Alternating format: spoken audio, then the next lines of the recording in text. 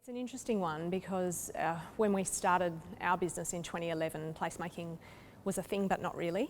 And so for it was probably a good 12 months of building the movement and building the case for place and placemaking. And we've moved away from the term placemaking now, because as that industry has grown, there's been so many sort of subparts and components that now form that industry really.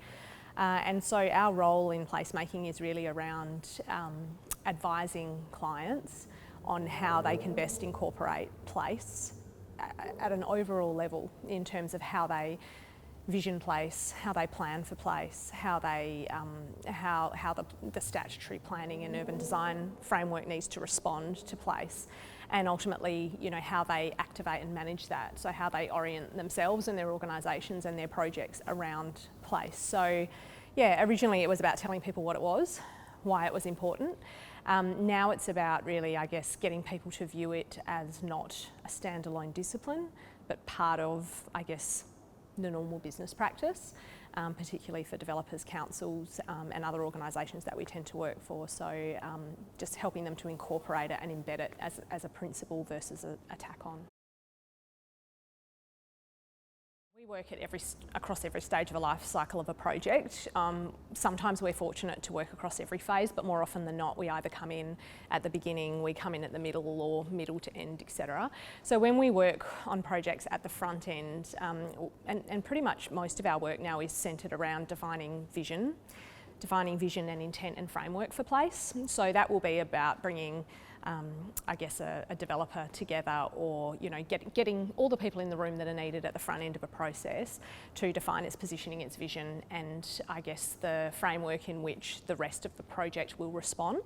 And that's as much about a stakeholder management exercise around breaking down silos and building common knowledge amongst interdisciplinary teams as it is about a lesson on placemaking. We undertook a project for Fraser's Property 3 or 4 years ago now. They were one of the first developers from a residential development context to develop a corporate placemaking framework for their business, and that was about us basically reorienting their development cycle, which most developers go through a pretty standard cycle. They'll identify a site, they'll run a feasibility, then they'll decide, then they'll design a plan to reflect the feasibility, and then they'll bring it to market, and then they might worry about how they're managing and activating that place and building community. So we worked with their development team, their retail team, asset team, marketing, sales and community development to basically put in checks and balances and objectives, and really kind of bite-sized chunks of process and actions in terms of, okay, I'm the development manager, what do I do now from a place perspective at pre-feasibility? What do I do when I'm instructing my planning consultants around how to develop the plan? When do I need to bring community development in to ensure that we're putting the building blocks in place early?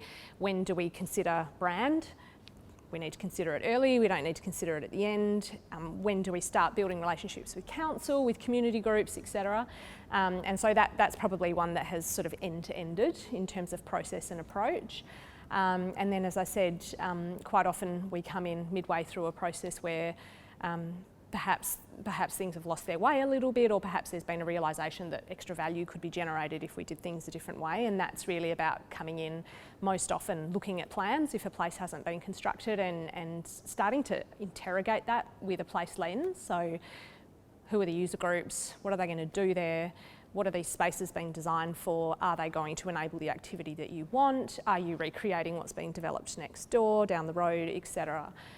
So that's a bit of a sort of the middle of the road, and then towards the end it's about, it's really around, stakeholder management, around reorienting place management, place governance approach, getting people to talk, getting people in the same room, defining some common KPIs and objectives that transcend discipline, and so we do a bit of that work. We're much less involved now in the activation and eventing side of place, and I guess coming back to my previous comment around there are so many sub-segments of place now, from the town teams movement, which has got huge importance and huge gravitas, and council's very keen on that, all the way up to, I mentioned the ISPT guys who at a national level are looking at how they embed place through an asset management approach.